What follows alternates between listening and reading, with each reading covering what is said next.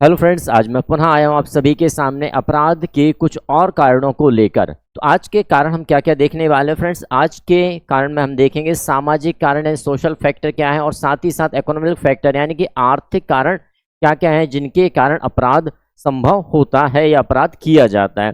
तो सामाजिक आधार पर हम देखते हैं सामाजिक कुरीतियाँ, यानी कि समाज में चल रही वे रीतियां जो कहीं ना कहीं वर्तमान परिप्रेक्ष्य से क्या हो चुकी हैं, अलग हो चुकी हैं, और फिर भी समाज उन्हें सरवाइव कर रहा है, चलाने का प्रयास कर रहा है। इस प्रकार की रीतियों को हम क्या कहते हैं, कुरीतियां कहते हैं। तो यह भी हमारे लिए अपराध के लिए जिम्मेदार होती हैं। सांस्कृतिक संघर्ष, देखिए हम समाज में देखते हैं कई प्रकार की संस्कृतियां हमारे समाज में चल रही हैं।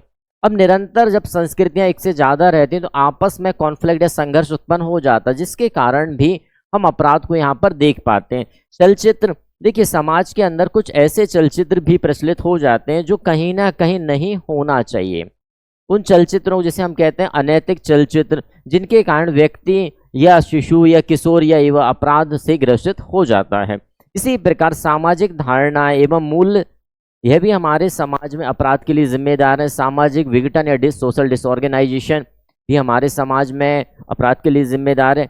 गंदी बस्तियां या स्लम्स एरिया, एक ऐसा एरिया जहां पर हमारी मूलभूत सुविधाएं कम होती हैं या ये कह सकते हैं ना के बराबर होती है। इस प्रकार की बस्तियों में भी क्या हम देख पाते हैं कि अपराध की जो दर रहती है वह निरंतर बढ़ती जाती है। दूषित कारावास व्यवस्था, अब देखिए कारावास व्यवस्था को भी हम सामाजिक व्यवस्था का ही हिस्सा मान के चलते हैं। यदि किसी व्यक्ति ने, युवा ने, किशोर ने अपराध कर दिया है तो उस अपराध के लिए वह कहाँ जाता, न्यायालय, और न्यायालय उसे कहाँ भेज देता, कारावास भेजता।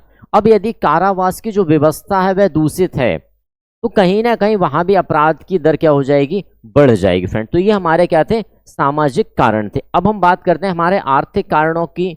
तो आर्थिक स्थिति, देखिए जब भी हम बात करते हैं कि परिवार में अर्थ, देखिए प्रत्येक कार्य को करने के लिए अर्थ आवश्यक है, और अर्थ की कमी के कारण भी हम अपराध में आ जाते हैं। व्यापारिक स्थिति, व्यक्ति विशेष की व्यापारिक स्थिति क्या है उसको भी हम देखते हैं। कम मजदूरी और बेरोजगारी, औद्योगिकरण एवं नगरीकरण, देखिए औद्योगिकरण एक ऐसी प्रक्रिया है जिसमें हम परिवर्तन के दौर से तो गुजरते ही हैं, साथ ही साथ औद्योगिकरण और नगरीकरण के कारण हम यह देखते हैं कि हमारे उस औद्योगिकरण या नगरीकरण के आसपास का जो एरिया रहता है उस एरिया में क्या हो जाता है, गंदी बस्तियों का निर्माण हो जाता है, और इस निर्माण के कारण ही हम वहां पर देखते हैं कि अपराध क्या होता है, बढ़ जाता है।